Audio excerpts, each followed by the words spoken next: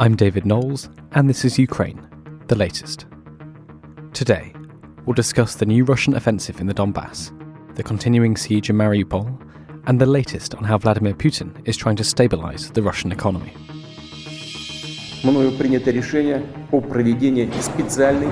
This hideous and barbaric venture of Vladimir Putin must end in failure. Nobody's going to break us. We're strong. We're Ukrainians. Every weekday afternoon, I sit down with leading journalists from the Telegraph's London newsroom and our teams reporting on the ground to bring you the latest news and analysis on the war in Ukraine. It's April 19th, day 55, and today I'm joined by Dominic Nicholls, the Telegraph's Defence and Security Editor, Francis Dearnley, Assistant Comment Editor, and Louise Moon, the Telegraph's Acting Business Features Editor. I started by asking Dominic Nicholls for the latest news from the Donbas. Yeah, hi David, hi everybody. So the Donbas is the eastern part of Ukraine. In 2014, when Russia mounted its invasion into Crimea and to the east, the Russian-backed separatists in the east rose up and said that they wanted to live under Moscow's rule, change the boundaries, etc., etc. This is where we saw the little green men, you may remember. So they were essentially regular Russian troops, but they'd taken their badges and any insignia off, which is against the Geneva Convention, of course. And so they were unidentified green men, all supposed to be aggrieved locals who suddenly rose up. So the areas of Luhansk and Donetsk in the east, the Donetsk, in the Donbas, which is the Donetsk coal basin, it's where a lot of the heavy of coal is dug out from. So the Donetsk coal basin, shortened to Donbas in the east, that has been a very contested area for 8 years now. There's the what's called the line of control, which is effectively a front line, if you like. I visited it a couple of years ago with Gavin Williamson when he was Defence Secretary, and this area is heavily fortified. The Ukrainian positions are incredibly well dug in. They're almost, if you picture an underground car park, basically heavily fortified, very good overhead cover, blast protection. And the surface weapons, tanks and artillery and what have you, also similarly protected. Difficult to give them overhead protection, but from the sides and what have you. The area is a very heavily engineered area, very well defended at the moment. And that has about 40,000, or at the start of the campaign, 10 brigades, Ukrainian troops, about 40,000 of their best trained, best equipped soldiers there on that line of control. Now, since Russia pulled out from the north of the country and the capital Kyiv, they said that actually their objective all along was to liberate the Donbas, which I think most people took to be an opportunistic explanation for their extremely poor performance in the north. If it is your main objective, the first rule of Fight Club is you don't talk about Fight Club and tell people you want to go to the Donbas, for God's sake. But anyway, so they're now concentrating on the east, but they're having to go through, Russia has to go through this period of reconstitution, which is fixing the broken vehicles, the broken soldiers, and reorganising the units before they can get stuck into the Donbas. So we'll talk a little bit later about numbers, but that's where the pressure is going to come from. Very broadly, Russia has the opportunity here to squeeze the Donbas from the north, from the Russian border and from around Kharkiv, from the east, which is already Russian separatist-held areas, and from the south. And the Ukrainians are able at the moment, they're not able to do much from the east. They are currently trying to cut the supply lines from the north, and they are still holding down about 8 or 9 battalion tactical groups. That's about 600 or 700 men in each. 8 or 9 Russian battalion tactical groups still involved in the fight in Mariupol.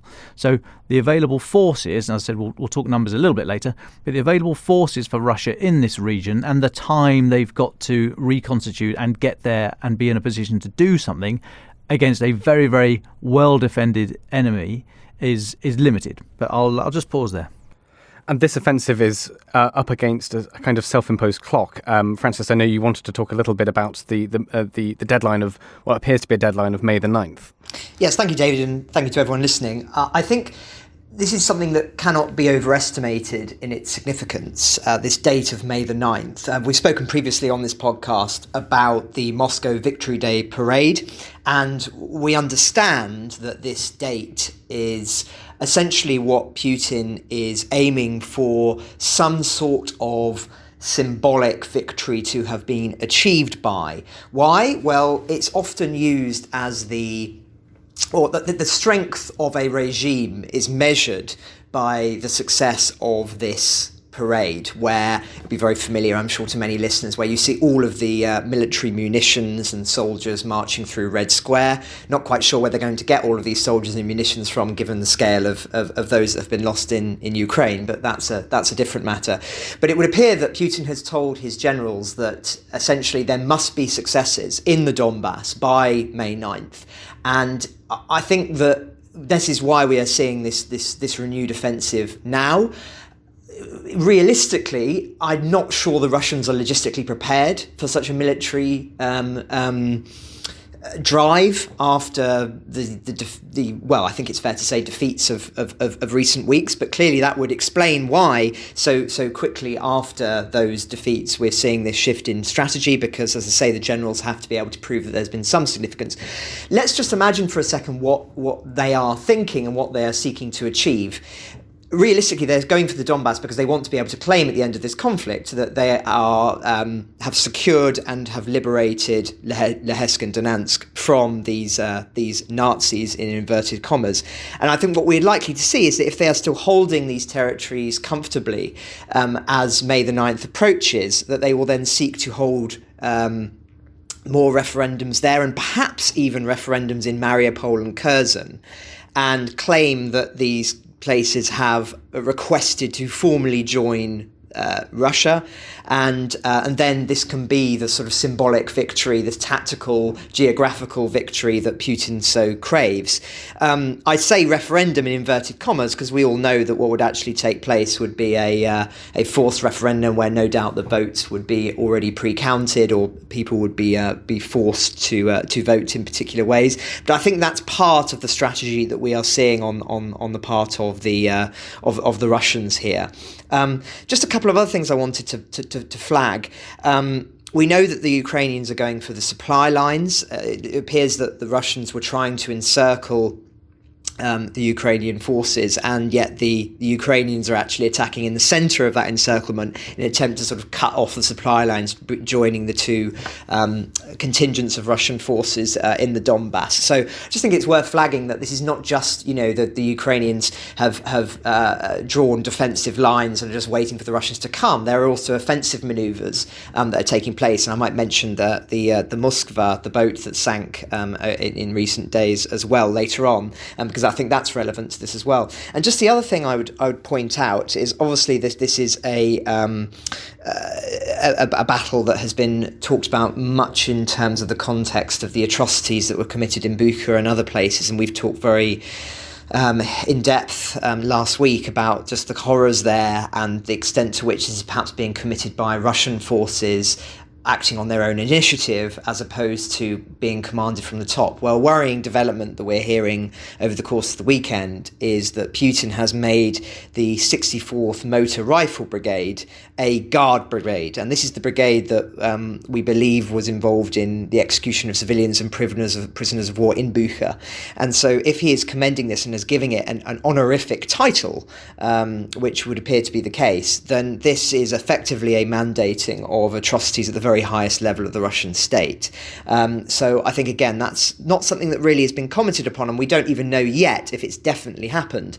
But if it is true, then obviously it's significant in terms of the doubling down that Putin and his acolytes are doing in sense of mandating the atrocities and the terrible crimes that have taken place in recent weeks. But I'll pause there. Thanks, Francis. Just on this, the Ukrainian government said yesterday that the battle for the Donbas has begun. What's actually happened in the past 24 hours? Well, there's been a huge amount of artillery duels, long-range missile strikes, not only in the Donbas but across the whole country. Now, you could say that this is part of a shaping operation to start softening up any resupply lines or interdicting deep targets of any maintenance areas and so on and so forth. Or you could say it's Russia under the new General Dvornikov, who's now the overall theatre commander, just reverting to type, basically, out of ideas. It's essentially sort of channeling his 1980s England football manager route one, just lob artillery around the place. So we don't quite know what has started. Alexei Arestovich, who's President Zelensky's advisor, says that there has been pressure in the Donbas, in the areas of Rubizhnev, Popava and Severodonetsk. Please excuse my pronunciation there. And these are towns between Izium, which is the gateway to the Donbas, and Luhansk itself. So in the area, there's pressure as Russia seek to push west from the line of control to envelop the Ukrainian forces there. And Mr. Arestovich also said that there's in Zaporizhia to the south, there's another massing there, and he said that this is Russia. They finished accumulating their combat-ready reserve forces for the push into the Donbass. He put a figure on it of about 25,000 troops. Not sure if that's the new troops who are there or all those available. Russia would hope. Well, Russia needs significantly more than that. If there were 40,000 Ukrainian troops dug in at the start of this war, on this current phase of the war on February the 24th, then Russia, conventional military thought is you need an advantage of 3-1 attacker over a defender. Those analysts much better than me that know the area much better than me would say that given the state of the extensive defence networks and the ground there, it's probably more like 5-1. So Russia just simply haven't got the numbers. At the moment, they may well do. They are trying to reconstitute, as I said earlier. But there's slight pressure on various towns in the east. A lot of artillery still being thrown around and long-range missiles, but still not enough forces in the area for any sort of mass breakthrough. I mean, we talked a little while ago, a couple of weeks ago, about how you would be smarter to attack these air or to conduct offensive operations using the Western concept of the maneuverist approach, which doesn't just mean moving about. It's a sort of nimble mindset. It's thinking of doing the unexpected, trusting your subordinates, allowing them to use their initiative and exploit weaknesses and back up success and that kind of thing. So Russia, with a smaller force, they may be trying to do that. With those numbers, it would be extremely unlikely they'd be able to do much at all. And given the display they put on in the first few weeks of the war, it would be unexpected for them to suddenly transition into a sort of Premier League combined arms army where they're able to seamlessly integrate infantry with armour and engineers and artillery and all the rest of it, all the various different bits and pieces of the orchestra. So the comments from President Zelensky that the war for the Donbass has already started. I mean, he's not wrong, and who am I to tell him what's happening in his own country? But I would have thought he's just gently applying pressure there to the international community to say, come on, I need some weapons. And we'll talk a little bit later about what weapons are on the way and what weapons are needed. But I think we haven't seen any large-scale ground ground offensives yet with manoeuvre. I think President Zelensky is keeping the heat on the Western audience with his comments there. We can certainly pick that up later. Thanks, Dom. Just before we move to bringing Louise in to talk a little bit about some of the economic developments, can we just touch upon what's happening in Mariupol and specifically the Azovstal steel plant? Yes, well, we've talked, as I say, in many of the recent podcasts following Mariupol very closely. We've spoken about why that is. It's the strategic city in terms of linking, in terms of land, the forces in the east with the forces in Crimea from the Russian perspective. So, of course, this has been of huge significance to both the Ukrainian and Russian forces. We expected it to fall over the weekend. It is still holding out, and we understand that the Ukrainian defenders are in a steel plant. And I just wanted to mention that There's been numerous comparisons with certain cities holding out and the Battle of Stalingrad in the Second World War, and it's a rather curious thing that the very last German soldiers who held out in Stalingrad, when encircled by the Russians, did so in a tractor factory. And so it's just one of those curious parallels that we are seeing, where perhaps that historical analogy is not stretched too far in terms of the devastation that has been wrought there. And also, just one other thing on the military developments over the weekend. We obviously spoke at length about the Moskva last week, the boat which has sunk, and we've been doing some more research on that in recent days and even hours. And it's noteworthy, I think, that we still don't know how many soldiers were sunk with the ship and have been killed. I think that's significant because it just suggests that those numbers may be quite high, and the Russian state hasn't wanted to admit to those numbers. We believe it could be several hundred, but as I say, that is unverified. But I just wanted to, one final point on that, just comment on the sheer cost of weapons are extremely expensive, as Dom has spoken about at length in previous episodes. But just to put it into perspective, the sinking of this ship will cost around 700 million US, or perhaps 750 million US dollars to replace. These are extortionately expensive armaments, and when you lose them, this is something that you really feel, not only in the strategic sense, but also economically in terms of replacing them. And they have been enough in the past to seriously weaken leaders at home and even trigger revolutionary activities when people realise the scale of said losses. But maybe I'll touch on that in a later segment later. There's certain historical parallels I'd like to bring in, but I think we should move on probably for now. Thank you very much, Francis. Yes, well, talking economics, let's bring in Louise Moon. Louise, there's been quite a few things developing over the past few days. So today, Putin has banned Russian companies from foreign stock markets. What does this mean? Why did he do it? And as always, the question from us is, what does this show us about the strength or the lack of strength of the Russian economy? Hi, yeah, so that happened this morning. So him banning Russian companies from foreign stock exchanges. So that has been slowing down in recent years. Anyway, Russian companies going abroad to list. However, obviously, there are multi-million pound companies in London. For example, there's huge miners that are listed here. So Putin signed off legal amendments that would make these companies delist. This is essentially further cutting himself off from the global financial system. I think there's 2 points here to make. One is him turning more economically inward, so making Russia more of its own financial system. In a similar light, I guess you could compare it in a way to the Chinese system, which is cut off in some ways and in many ways from the global economic system. And then also, secondly, it's Putin trying to stem up the economy, which is obviously being battered by sanctions.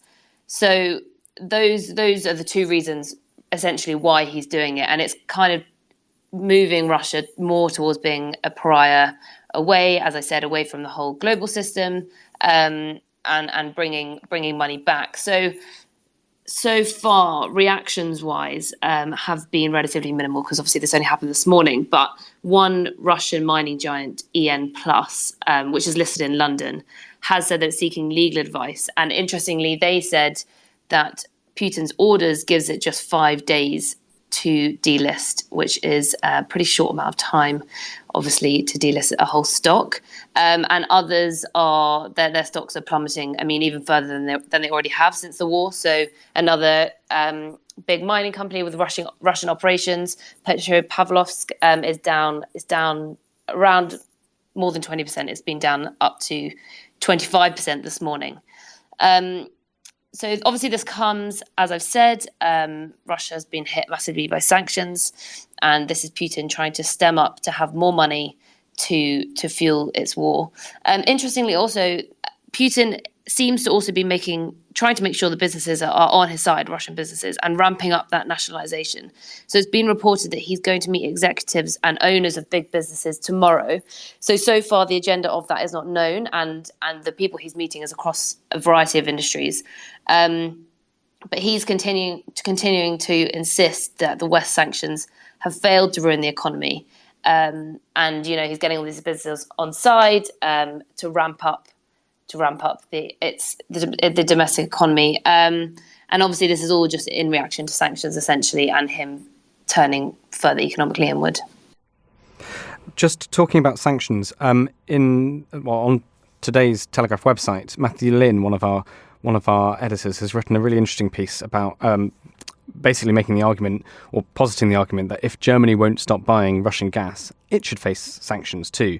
It was a fascinating piece. Louise, could you talk to us a little bit about it? What's the argument and I guess crucially the background here? Yeah, it was a really interesting piece, and I'd recommend everyone reading it. His argument, so Russian energy imports into Europe have been, as we've discussed on this podcast, a key focus throughout this war.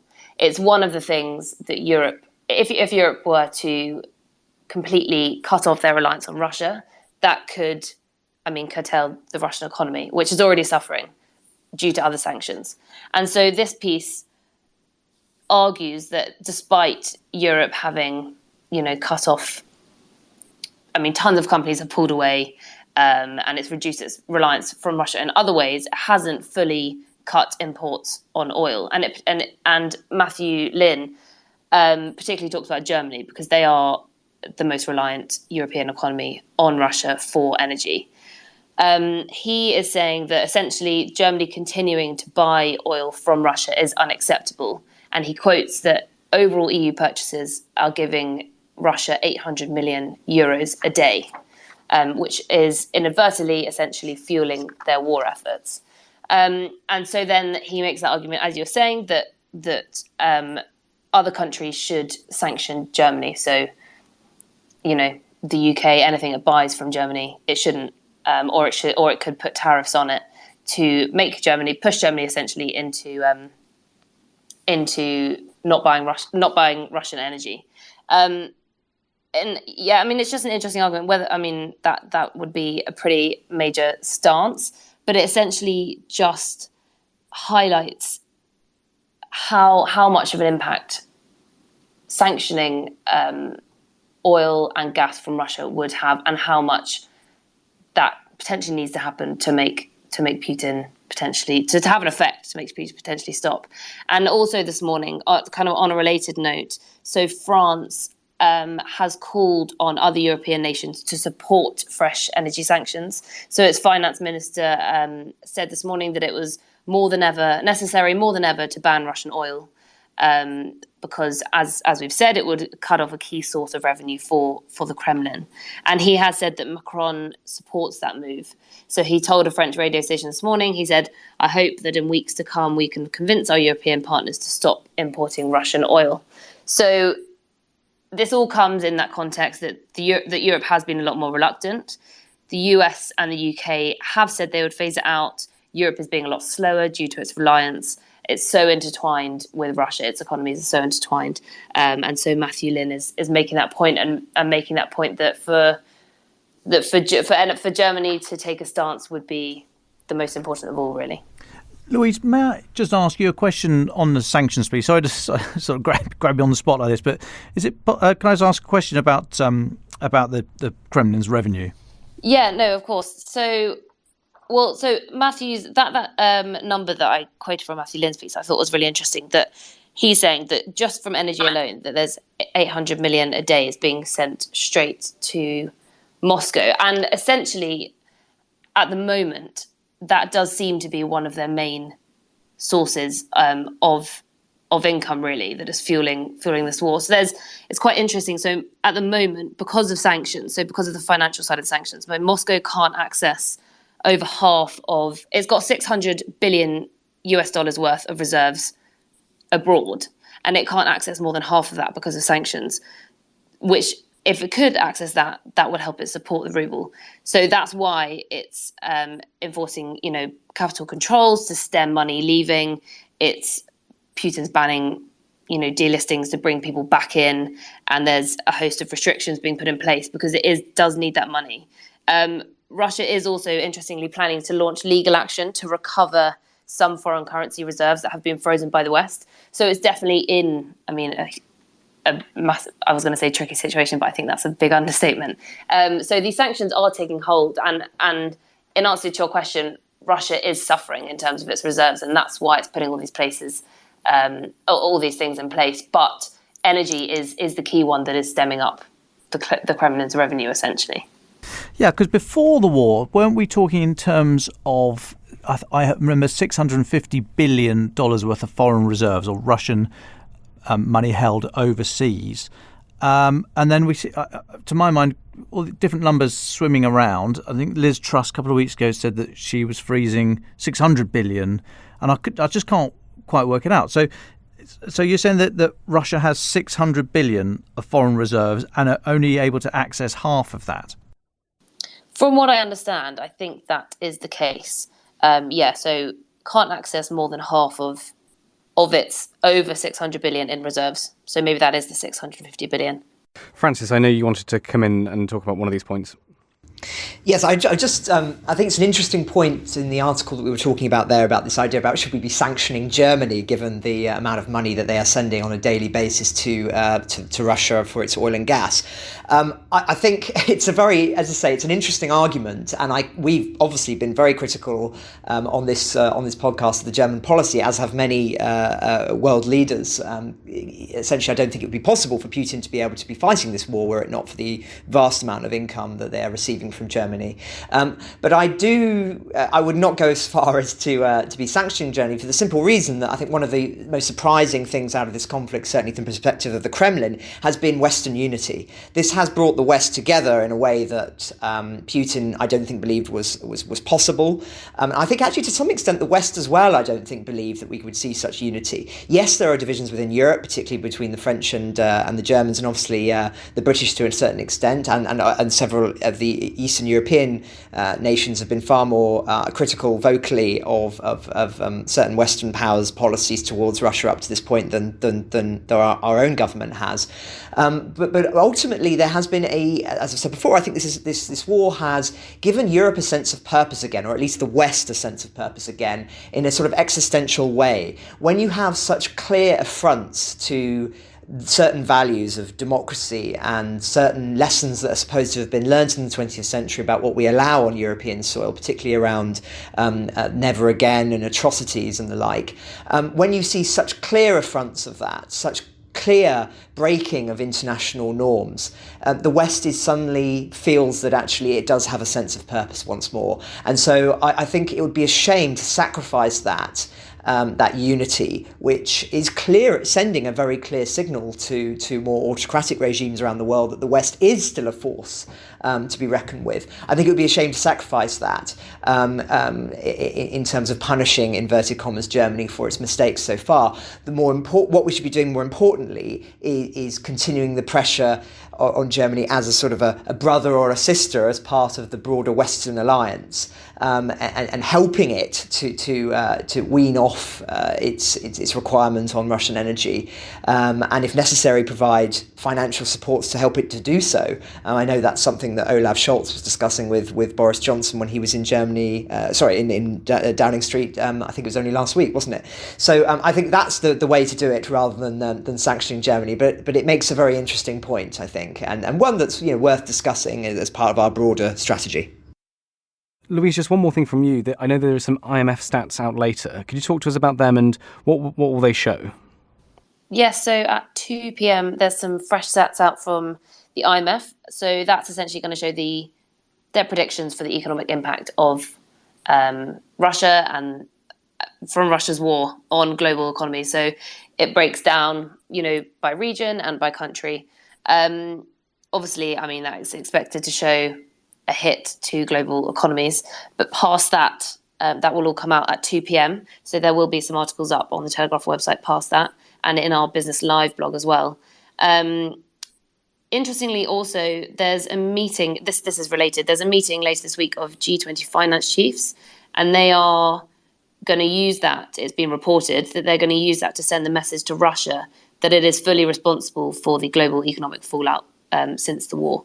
So on a related note, I guess that is understandably and clearly what is expected from those statistics later today. Thank you very much, Louise. And talking about that, I think we can move into a little section talking about some of the diplomatic changes and developments over the past few days. Louise, you mentioned France pushing other European nations to support a ban on Russian oil, but there have been some other developments too. Emmanuel Macron admitted on Monday that his dialogue with Putin had stalled. And we've had some interesting developments, I thought, with China telling Russia it will continue to increase, quote, strategic coordination, unquote, with it, regardless of international volatility. Francis and Dom, what can we make of these developments? Well, I think it's obviously very significant that Emmanuel Macron has publicly admitted that dialogue with Putin has broken down. I've spoken previously about when I was in Paris and talking to journalists there and how this had played actually surprisingly well amongst the French public, that him flying over to Moscow and other places trying to persuade Putin to stand down, when I think, from most observers, certainly in other countries, it appeared a rather naive strategy given Putin's clear intention to go to war. But regardless, him admitting this, I think, is as I say, a moment of significance, at least from drawing a line under what for many commentators seemed a rather self-aggrandising policy on his part in the run-up to an election. Of course, we will get the result of that election on the 24th of April, and that will potentially have severe ramifications for the war if Marine Le Pen does manage to achieve a surprise victory. Then we've spoken before about her scepticism towards the European project, in inverted commas, and also more supportive statements towards Vladimir Putin's regime in the past, and so that may well have some significant ramifications for long term. It seems unlikely that she will pull that off as things currently stand, but we've been there before in many previous referendums and elections, so it would be madness to dismiss it out of hand. You mentioned China there. Again, that has been the great unknown quantity in this crisis, I would argue. It's not been. I think it's fair to say that China have, in a sense, been playing both sides diplomatically. They've certainly been not gone as far as condemning Russia, and have in fact made overtures towards sort of supporting perhaps some of their rights to be going to war in Ukraine. But at the same time, they have clearly not gone as far as some people feared in terms of providing military support, and have still been making certain remarks publicly in diplomatic circles about trying to find a peaceful solution to the conflict. And of course, that's very much in their interests. They don't want to isolate the West when the West gives them so much money and income, and they also don't want to isolate their geopolitical ally in Russia. So again, they are in a sense trying to not do anything that upsets the apple cart too much, and that's sort of China's geopolitical strategy in a nutshell. Really, is to play this sort of almost this centrist card. But at some point, of course, the danger is from a Western perspective that at some point they are so powerful that they no longer need to play the West anymore, and then we're in potentially a very tricky diplomatic situation. But I'm sure Dom has a few thoughts on this. Well, not that many, to be honest. All I'd say is on the French angle, I think you just have to look at everything through the lens of the French election at the moment.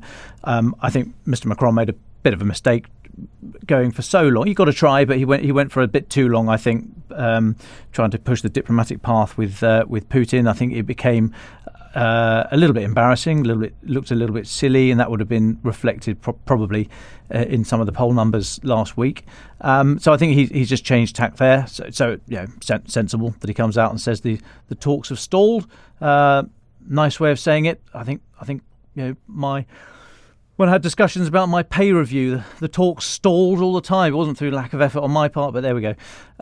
So I think it's just another lens through which to look at the French election. We'll know more. Obviously, no more this time next week after the results, and there could be a very shaky, shake the snow dome moment if Marine Le Pen gets in. On China, it's another shake the snow dome moment a little bit. So China, they've said they're going to maintain coordination with Russia. I mean that's a fairly ambiguous phrase. It's not cooperation, it's not assistance, all the rest of it. So coordination is about as vanilla as you'd want to get to say something without saying anything. But of course, China wants to change the way that the world is run, disagrees with the post-war settlement, wants to change what China sees as a very Western-led, US-led international order. So that China is, as Francis says, stepping a delicate line between full-throated support for some pretty heinous activity by Russia in Ukraine that's now on public record, but also not wanting to clamp down on this and use its diplomatic and economic and probably social heft to bring this war to a close, because actually anything that undermines the international order and the way things are done now, they can see an advantage in. And I mean, I'm not suggesting there's some hugely considered, thought through strategy here that they're trying to tip the world on its head, but at the moment it's in their interest just to see where this goes, just to see how much power there is in the UN and these security bodies such as NATO and so on and so forth, and how much harm a group of countries coming together and fighting on an economic front can do. So China are treading that line between being quite interested in seeing how the world order can change, but without coming out and standing next to Russia, supporting and endorsing everything that we've seen in Ukraine to date. We obviously haven't spoken since Thursday, and I'm aware that there's therefore quite a few days we're trying to catch up on. Louise, Dom, and Francis, is there anything we haven't mentioned before I find a listener question for you? Just one other thought I have, just while we're on the subject of politics and war and the relationship that one can have on the other. We've obviously made many historical comparisons on this podcast, and one that I would just flag we're having in the paper tomorrow and maybe online by tonight, but it will certainly be online by tomorrow. It's a piece by the historian Jeremy Black where he talks about 1905 and some of the parallels with 1905 and the Russo-Japanese War and the implications that war had on the Russian state. So effectively, for those who don't know, 1905 is significant in Russian history for two reasons. One, it is this war with Japan, where military ships effectively sailed 7 months around the world from Russian ports to Japan. They were expecting an easy victory against a Japan which was seen as part of the sort of the backward parts of the world, and they received not only a bloody nose but a humiliation. The Russian fleet was sunk very quickly, and of course this has echoes of the sinking of the Moskva perhaps last week. So it was the destruction of prestige militarily, which you could argue that we are seeing in Ukraine. It also underlined the significance of the technology race at the time, and how effectively, as I say, Japan had won in that race. And one could argue that, in a sense, the Ukrainians, by being given these modern weapons by the West, have also won a form of technology race, in the sense that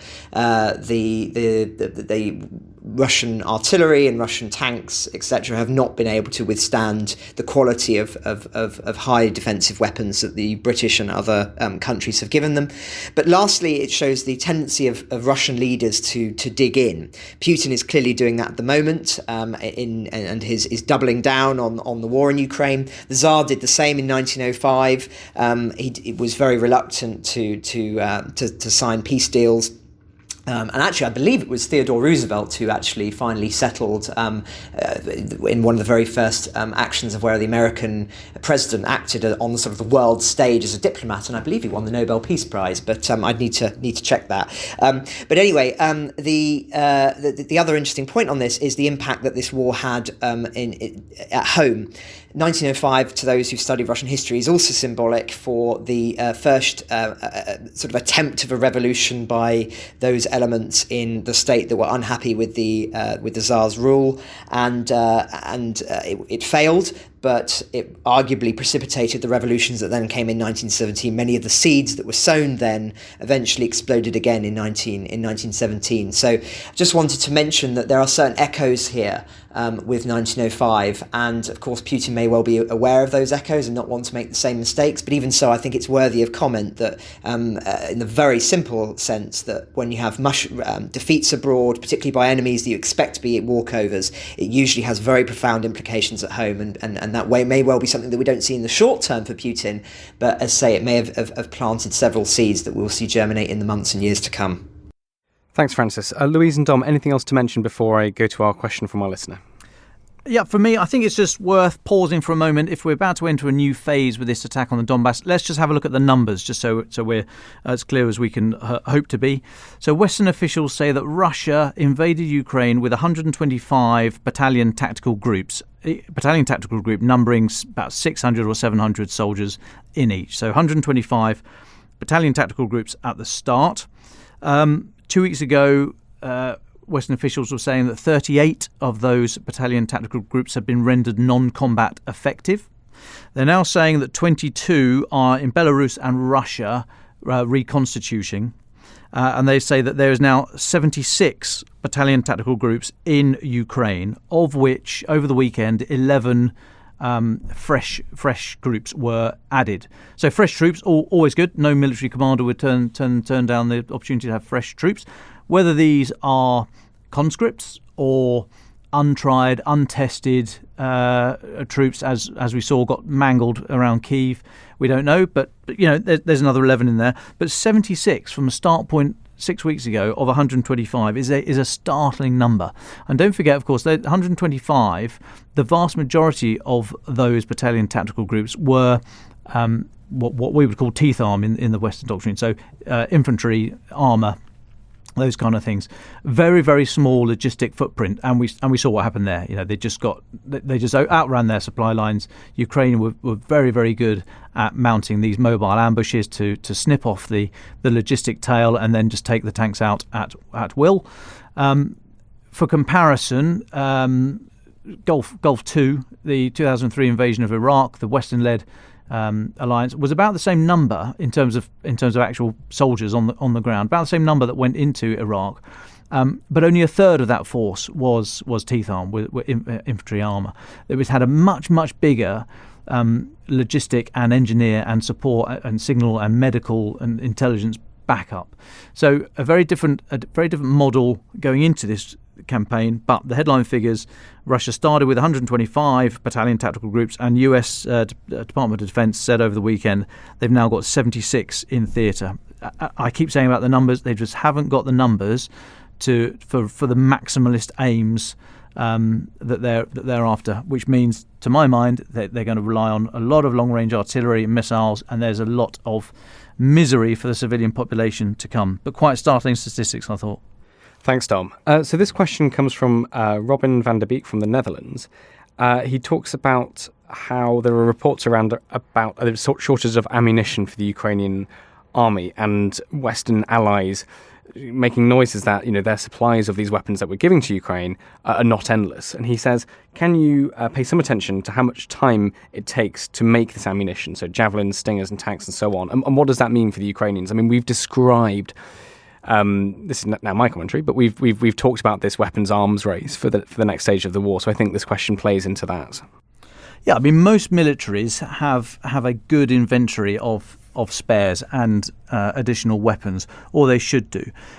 Unfortunately, it's one of those areas that is not very exciting. It's all a bit unsexy, so that when you get a big dollop of cash from your government, a small dollop of cash from your government, you generally then try and do the new stuff. You want to go and buy all the new technology, etc., etc. Just having the J4 guy, the loggy guy, say, we need some more weapons on the rails. We need a few more X, Y, Z, a few more blankets. They rarely get listened to. So you can, if you go through your ammunition at the rate that it looks like both sides have been going through in this war, then you're going to come a cropper, and then you rely on your sovereign defence industrial base or allies and partners. So there will come a time. I mean, I'm going to be completely honest, I don't know what the numbers are for Russia and Ukraine. You can read a lot into why Russia is using a lot of unguided munitions, because we think their precision guided munition stock is heavily depleted. You can look at why so the Moskva we assess as being sunk with 2 Neptune anti-ship missiles. You had the landing ship in Berdyansk a couple of weeks ago that was hit. These things are very powerful in and of themselves for a tactical action, but also in terms of the information campaign. So you might say, well, why aren't there more of them? Why isn't Ukraine trying to sink the entire Black Sea fleet? There's only 19 19 capital ships there. Why don't we go for them? So you might say, well, perhaps they haven't got enough munitions, or these things don't just arrive at their target by luck. You need a lot of sighting systems, aiming systems, etc., etc. So it may well be that they just don't have the whole system in the numbers that they would wish. I think when it comes down to industrial capacity, I think I think Ukraine is better placed in terms of support from the West, if political will notwithstanding. But NLAW, for example, the next generation light anti-tank weapon, the Anglo-Swedish weapon that's made by Thales in Belfast, the old Shorts missile factory in Belfast. I'm told that the numbers there are not worrying yet, and then it's always a question of prioritising or discussing with those clients who have got the next 50 coming off the line, quite whether you could do a deal on those. So yes, there of course there is an industrial edge to this, which is when, such as in the Second World War, if you turn your entire economy round to supporting this, supporting the effort, that stage has not been met yet, not by Ukraine. Very interesting noises coming out of Russia about what they're going to do if some of their high-end, or some of their, not just the high-end equipment, but just generally, their equipment is not is in short supply. There's a very interesting article in The Economist actually about why so few Russian soldiers and vehicles have night fighting capability. Why Russia seems to be very poor at fighting at night, or prefers not to fight at night, and that comes down to industrial capacity. So. Good article there in The Economist if you want to have a look on that side. That sort of fleshes out in one particular area the issue we're talking about here. Thank you very, very much, Dom. So I think we're coming to the end of this. Louise and Dom, can we have your final thoughts of what to look to in the next few days and across the week? I'll go first. I think, as we've spoken about, the key thing is to look at the foreign listings, and if this happens to the extent that Putin wants it to happen, and how it happens. As I mentioned earlier, one of the companies has said that Putin's orders means it has 5 business days to comply with delisting from foreign stock exchanges. So it will be interesting just to see how that plays out. It's worth keeping an eye on. For me, it's the new equipment going in. So have a look at... the US has said it's going to supply 18 155mm howitzers to Ukraine. It shouldn't take too long to train them because they're already very proficient on the 152mm howitzer.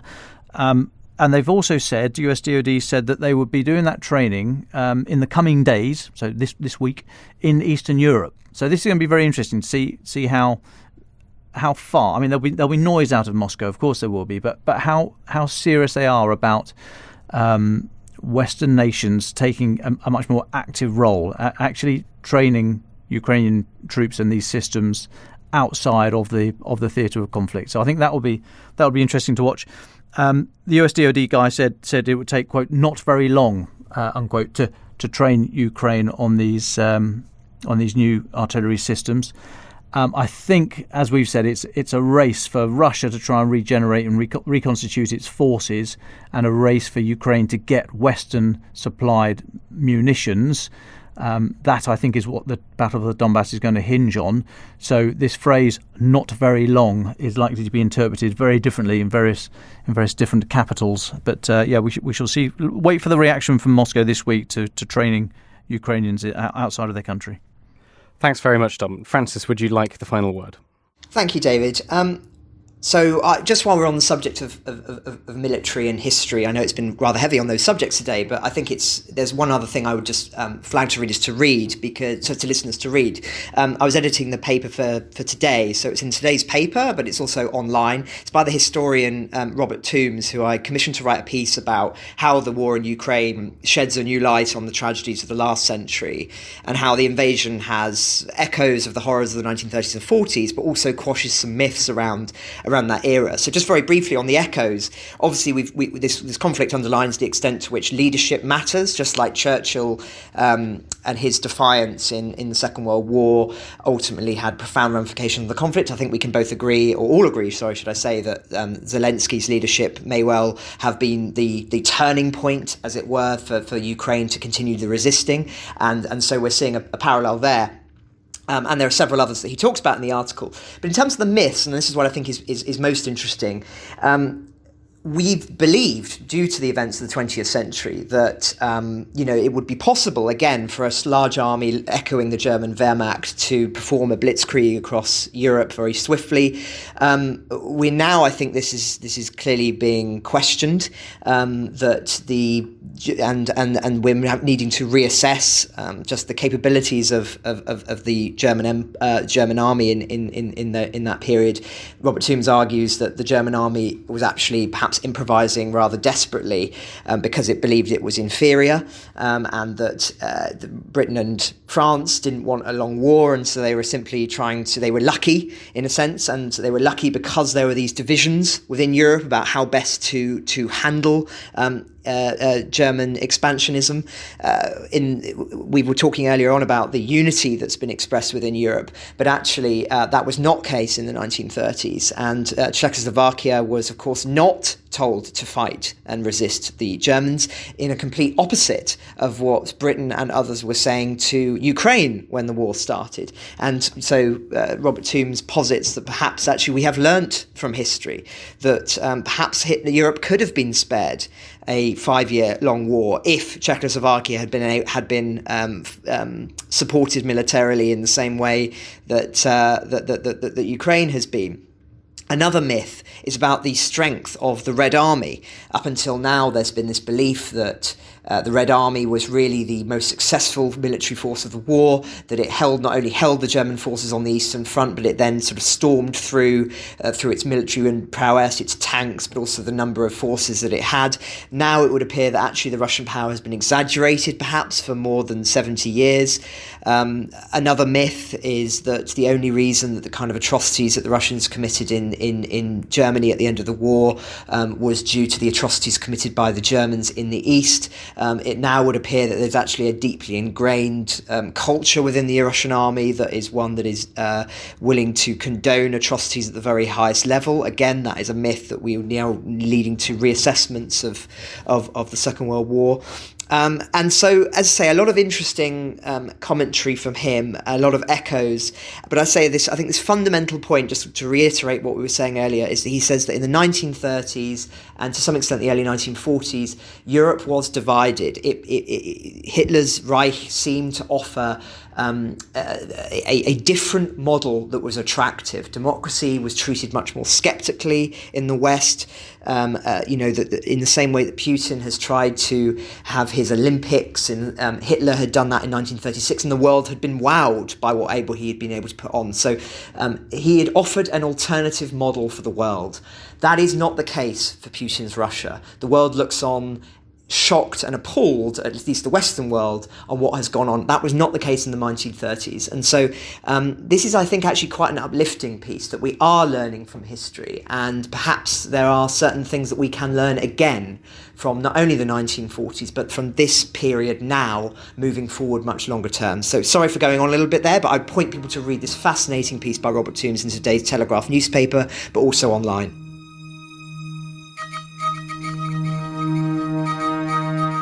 Ukraine the Latest is an original podcast from The Telegraph. To stay on top of all of our Ukraine news, analysis and dispatches from the ground, subscribe to The Telegraph. You can get your first 30 days completely free at telegraph.co.uk/audio. Or sign up to Dispatches, our daily Ukraine newsletter, which brings stories from our award-winning foreign correspondents straight to your inbox. You can listen to this conversation live at 1 p.m. each weekday on Twitter Spaces. Follow The Telegraph on Twitter so that you don't miss it. If you enjoyed this podcast, please consider following Ukraine the Latest on your preferred podcast app and leave a review, as it helps others find the show. You can also get in touch directly with us by emailing podcasts@telegraph.co.uk.